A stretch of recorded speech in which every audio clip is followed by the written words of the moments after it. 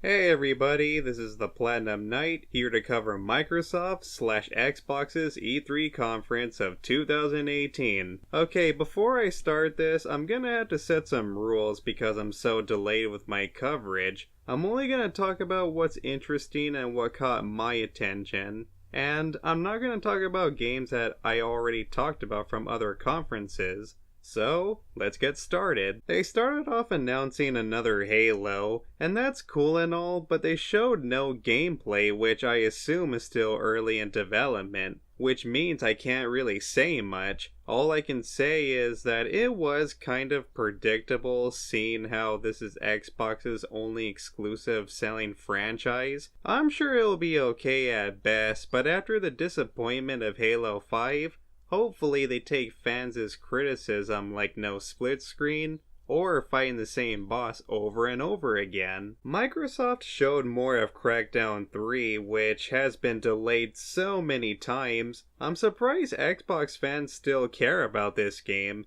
and doesn't really look all that impressive.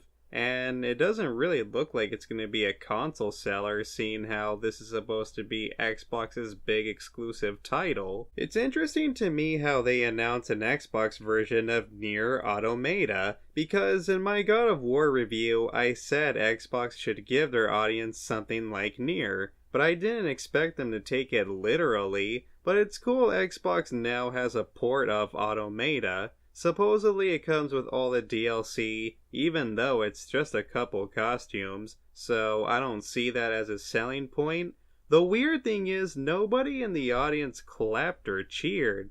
Does this mean Xbox One owners aren't interested? I guess we'll see soon enough. They showed more of Metro Exodus. It looks good, but I've never been too keen on the Metro games. I tried playing Last Light and found myself being in a snooze most of the time, but I'm sure that this is going to be a major improvement. Another Forza game was announced because Xbox doesn't have enough of those. Microsoft revealed how they bought game developers to work exclusively with them, and that's great and all. I'm glad Microsoft is at least trying to learn from PlayStation and addressing fans' complaints, but I can't help that they should have done this at the beginning of this generation.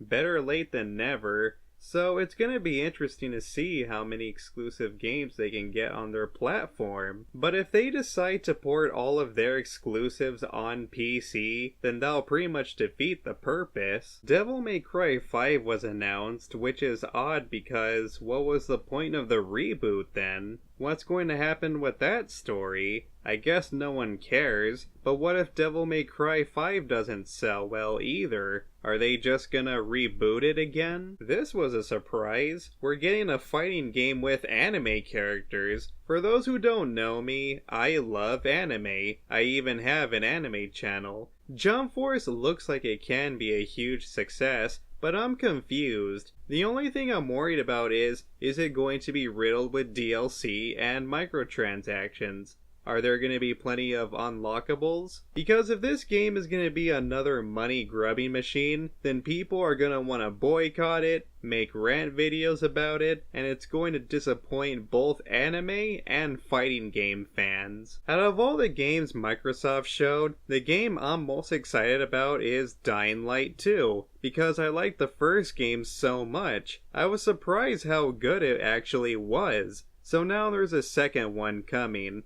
I am pumped. The graphics look great, and it looks like they're gonna go with a more story-driven approach. Hopefully they don't take away the grappling hook, as that was my favorite part of the game. Microsoft trolled their audience by showing Gears of War Funkos, and then revealed Gears of War 5, just like how Bethesda showed Elder Scrolls Blades first, and then Elder Scrolls 6. This was a trollish E3. I've never played a Gears game, nor am I interested, but I'm sure the fans are gonna be happy.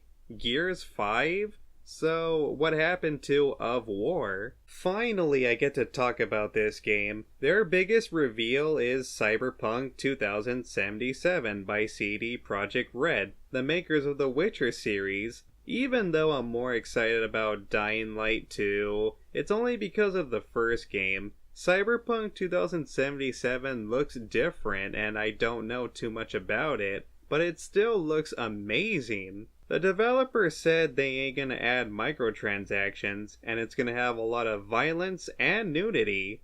Finally, a game that has some balls and won't cater to social justice, and because of that, I'm gonna try to buy this game day one. Alright everybody, that's it from Microsoft. Even though most of the games Xbox showed are third party, the presentation was really good. I think this is Microsoft's best E3 they had in a long time. I'm a little bit proud of them.